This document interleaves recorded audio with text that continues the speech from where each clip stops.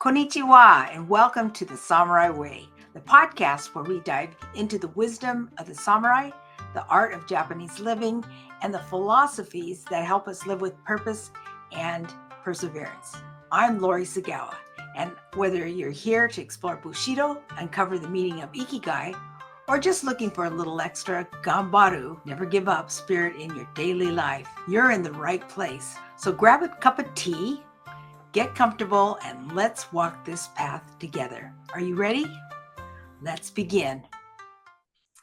Konnichiwa, minasan. I'm Lori Sagawa, your host of the Samurai Way podcast, and I'm so thankful and happy and just feel a lot of gratitude for our next guest. You will be amazed and glean so much information from him. Ahmet Bozer is a global business leader with distinguished career spanning over 30 years. During his tenure at the Coca-Cola Company, he served as senior leadership roles, including President of Eurasia and Africa Group and President of Coca-Cola International. In Soulgery, he distills decades of experience into an actionable framework for professional and personal growth, weaving together insights from Eastern and Western wisdom. So please help me welcome Ahmet. Thank you, Lori. It's a pleasure to be here. And so would you like to just share a little bit about your background and so the audience can get to know you? Most people probably don't know who you are, but they will by the end of the interview. Yeah, I'm sure that's the case. In our times, it's probably rare that somebody has worked only 3 jobs in their whole life, and that's me. And bulk of that was with the Coca-Cola Company for over 25 years. Mm-hmm. I have joined the company in the United States in a finance role. Found myself in my home country, Turkey, in Istanbul, a few years after I joined, and I was in the right place at the right time, where the economic and political developments were putting more importance on Turkey, and Turkey has become a hub of within the Coca-Cola Company, responsible for regions around it. In my time there, I finally got to a position of leading Eurasia and Africa group, which included a territory from India all the way to Eastern Europe, and all of Africa. That included Russia, Middle East, a lot of diversity. I used to say our group contained all the global conflicts in the world, but we worked very well together. And after that, I was asked to move back to Atlanta to take charge of Coke International, which included pretty much everywhere except North America. And in 2016, time to retire came, and I took my retirement and switched into my what I called my 4th phase of my professional life. I called Coke my 3rd phase, and the 4th phase was the first non-executive phase of my professional life. I was very happy with that transition, which allowed me to take on a whole number of things in business, in philanthropy, and social investment. But most importantly, I've had the time to develop my book, which is about to launch on Tuesday, called Soulgery, and I'm sure we'll talk about that more here. We will. But one thing before we had this conversation here on the podcast, I watched your video, and I was fascinated that you quoted Sun Tzu. So would you like to share about that? Sure. Yes. One of my business engagements took me to Guangzhou, where I had a meeting. And in my social media posts, I try to give short 90-second sort of bits of insights, if you will, that people can listen to, reflect on, and maybe use. So, and I have been doing that pretty much in the order of how the book flows. And when I got to that week where this was posted, actually I recorded this a couple of weeks ago. And once I got there, it was the chapter in the book where we talk about, within the context of performance excellence. In that context, there's a chapter in the book which is called Performing for Impact. And that chapter stresses, proper preparation for a performance, whether it's a business presentation or even a conversation you might have that is, with a loved one that's important, or even just participating in a meeting. These are all performances, as I've positioned that in the book.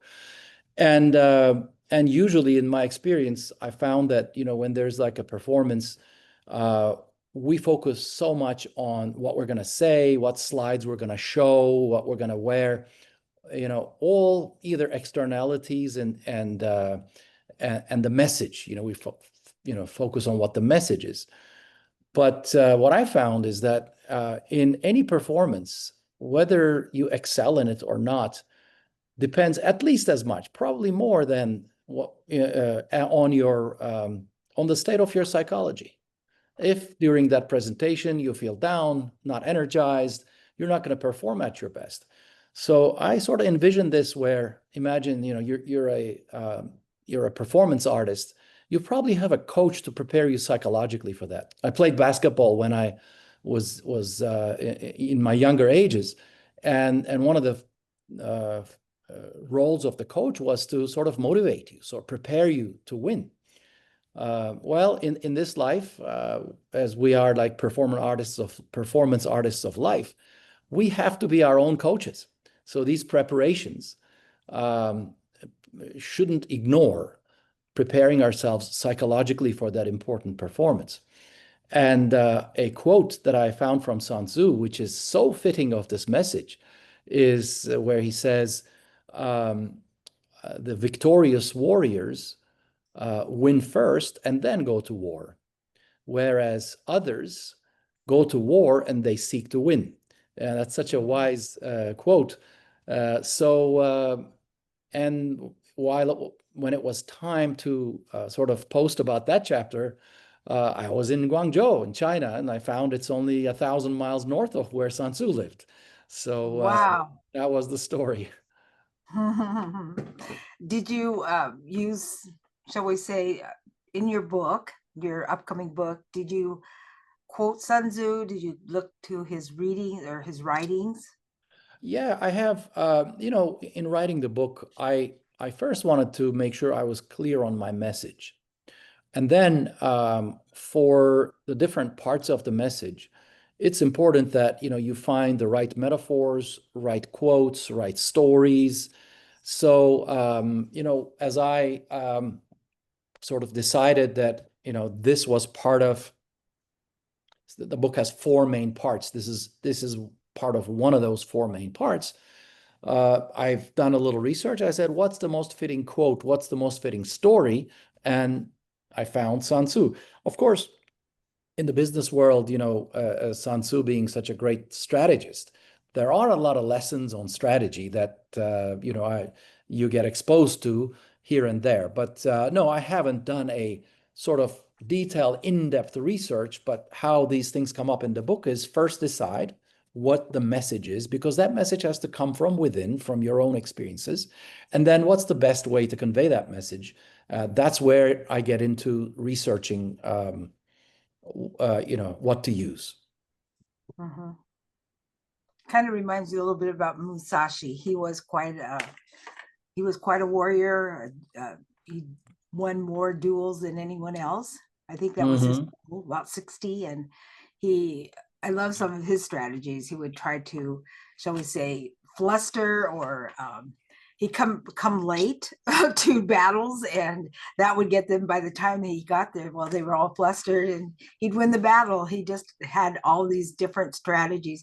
Now, in business, Ahmet, did you have strategies that, kind of parallel with the Japanese and the Japanese philosophies? Very much so.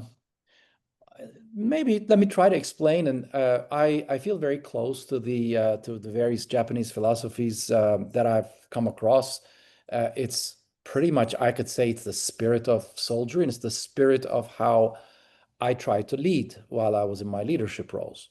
Mhm. Uh, this one that I'm going to explain you're probably going to be able to better match it to a Japanese concept. But um, I always believed in, if you wanted to succeed in something, you got to first understand the system that you need to put into place. And you got to Mhm. make sure that system works. And that's a continuous improvement process, like Kaizen. Kaizen. Yeah. So this Kaizen logic probably goes into this. So, and that system is never perfect because it has people in it, right? And people have their ups and downs, and they're never perfect.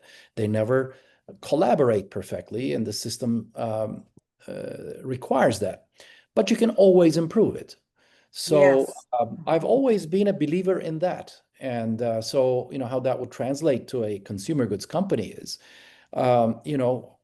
how is your distribution system? How is your sales system? Are you sending people to outlets? And when they are in the outlets, are they building relationships? Are they really expertly understanding their brands, how they're positioned in the store? And that's an example of an area that you can always improve on as long as you measure it. So it is just that patient building of systems and patient improvement of execution every day. To me, that's been um, um, a key strategy in how I led and how I ran businesses. Of course, the other one is, I believe every business in the world is a people business, meaning you can Mhm. strip away the resources, you can strip away plants, but if you really have good people, you'll always build them again. So if you create an environment where people flourish, they will get the job done. They will. So most important thing in leading teams would be to create that environment where people can feel they can, uh, thrive to be the best they can be. And sometimes, certain pressures, deadlines, emotional responses, etc., could damage that process, and that's okay.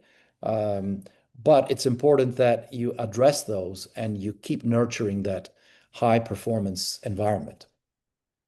Yeah, that's beautiful. That sounds like Kaizen because they go from the bottom to the top. It doesn't matter. Everybody's input is important because Mhm. everybody's like an elephant. Everybody sees a different part, and so each person has their part, and put it all together. With the companies are maybe a little bit, and actually, families in life can be like a puzzle. All these little moving parts, and all can fit together to work beautifully. Absolutely. And in that fitting together, there are just so many dimensions, right? There is Mm-hmm. the intellectual dimension. Yeah, people's intellect can complement each other. But then Mm-hmm. there's an emotional dimension. How do they because emotions are powerful. They can Yes. um, if you can actually manage emotions in yourself and throughout a group, you can get so much more um, outstanding results. So that integration happens in multiple dimensions. Yeah.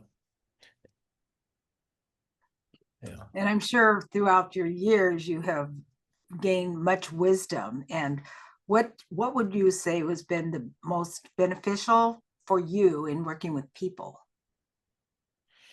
I used to, I was always asked when I managed a large number of countries, they were asking me, how do you handle the cultural differences? And my first instinctive reaction, which I then got totally convinced of, is that uh, probably a better question is, or a good way to answer that is, it's really not the differences, but the commonalities. If you understand the Mhm. commonalities Yes. and engage with people on the basis of those commonalities, then you could sort of color it with the differences in a positive way. that's that's the best approach. Now, what are those commonalities? We're all human beings. We all like to be recognized. We all like to be appreciated when we do a good job. We all like to be respected. Um, so when we understand that somebody genuinely cares for us, we're happy about that. So if you can authentically demonstrate these values, is that not Bushido? Yes. Yeah. Respect, courage, justice. Hmm. When justice, trust is so easy to break, but so hard to build. Yes. So so if you live Bushido in that way, no matter where you are in the world, people Hmm. positively respond to that. So um, I always try to prioritize that. And don't make any assumptions that the differences will, you're going to sort of miss a difference and somebody's going to be upset with you. No. If you're authentic and genuine about living these common human virtues, you'll be okay. Hmm. I've often heard that we're more alike than we are different. Hmm. I, Is I really agree with that. And once you have that base, you truly enjoy the differences. hmm that's what makes, that's what, can you imagine if everybody looked like one way and we didn't have this variety of people, and it would be really boring. Our houses were all the same. I mean, it just it just wouldn't be No, interesting, would it? I, No. I wouldn't want to live in that kind of world. No, Mm-mm. no. No, I wouldn't. And when I was growing up, being different wasn't. I grew up in the 60s. I'm a baby boomer, and it wasn't good to be different because we were the only Japanese people, except for my cousins, in my school. And so it was hard growing up. But then as I grew older and I really started understanding and researching and reading about who I was, then I really started to appreciate it a lot more.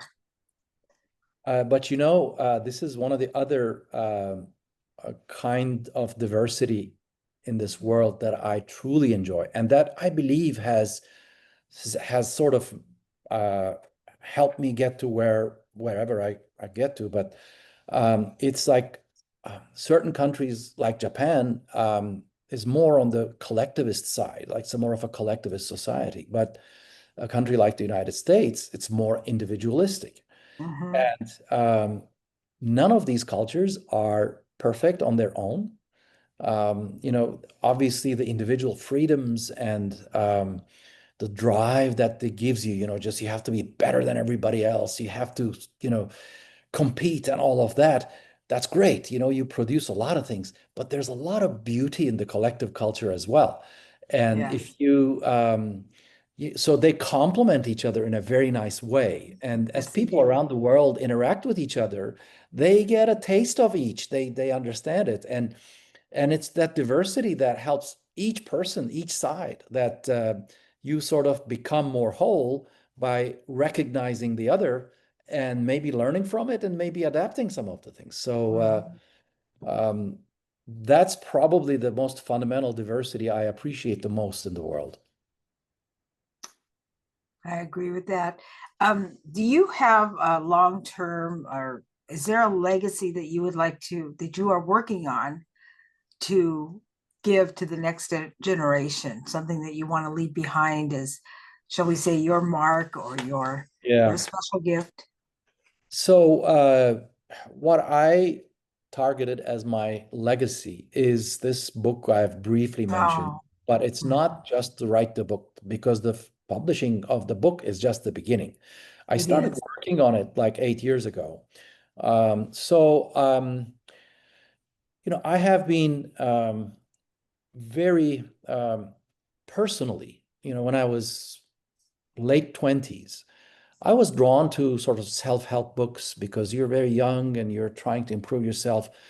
And as I read things and tried to apply them in my life, this sort of gotten into me. This became my number one priority in life to develop yourself. But then when I got into business and into leadership roles, I figured that's important for everyone, and it's good for business as well if when people developed. So all my life, I've tried to run the business with a people lens, and I got huge satisfaction out of seeing people flourish, seeing people overcome challenges or difficulties that they've been facing.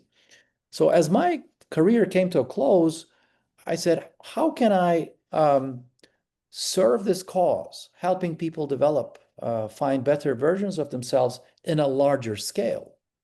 That brought the idea of the book, which then I started to view as my legacy.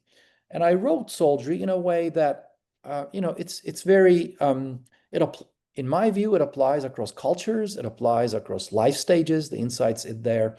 Anyone at any age in any life role can find things in it that, as they apply, that will grow them. So then I said, okay, the goal, say, phase one is to write the book, but then between now and the end of my life, I'll be trying to get this message out for people to consider that this is as a what they call as a self-help approach, and as people find good ideas in it, they apply and they benefit from it. I'm sure that they'll talk and tell their friends and all of that, and that way, however many lives I can touch in a positive way, I'll be happy. I'll call that my legacy. That is beautiful, and I'm gonna purchase one of your books because it sounds so interesting, and just getting to Well, know you and your approach is so much wisdom, and I thank you. believe people will just But really glean a yes, lot from that book. please do not purchase it because at the end of this, I'm going to ask for your address and I'll send a book to you because that's what I do with all my podcast hosts. Oh my goodness, I will certainly do that. Yes. Okay. Thank you so much. And are there any parting words you'd like to share with the audience? You've already shared so much, but if Mhm. there's anything you want to share. Well, we live in a world that values speed. Everything's got to be quick. Yesterday, in another podcast, I heard the lovely phrase that Amna Shabir, who's another podcast host, told me that we tend to dumb down healing to, three hacks or three. Oh, We really some of the more important things in life aren't really quick. They aren't easy. They take effort and patience and consistency. So, just my parting words would be that in a world that values speed, your potential is in your depth, and that requires taking time to understand it, to find the mhm. keys to your own potential, and to release them. That's wonderful. Wonderful parting words from so much wisdom. And thank you so much for sharing your wisdom and your experience and your thoughts. It has been wonderful. It's been exhilarating, really. Thank you, Lori. It was my pleasure. Yes. Okay, so that is a wrap for today. I want to thank each and every one of you that are listening to the podcast, and be sure to like, subscribe, and leave a review, especially on Apple. We're doing actually very well. We've gotten just over 57,000 downloads, and we're going to hit 100, which I'm very excited next year, maybe January, February. So thank you for helping me spread the word about the wonderful virtues of Japanese and samurai culture. So that's a wrap for today. So I'll say mata ne, bye-bye. And that's a wrap for today's episode, The Samurai Way. I hope you found a little inspiration, a new perspective, or just something to reflect upon as you go about your day. Now remember, the samurai spirit isn't just about history. It's about how you show up, face challenges, and live with purpose. Whether it's Ikigai guiding your path or a little extra Ganbaru pushing you forward, keep walking strong. So if you enjoyed this episode, be sure to subscribe, share, or leave a review. It really helps. And if you've got some thoughts, questions, or you just want to connect, just contact me. So until next time, stay focused, stay determined, and keep living with purpose. Mata ne.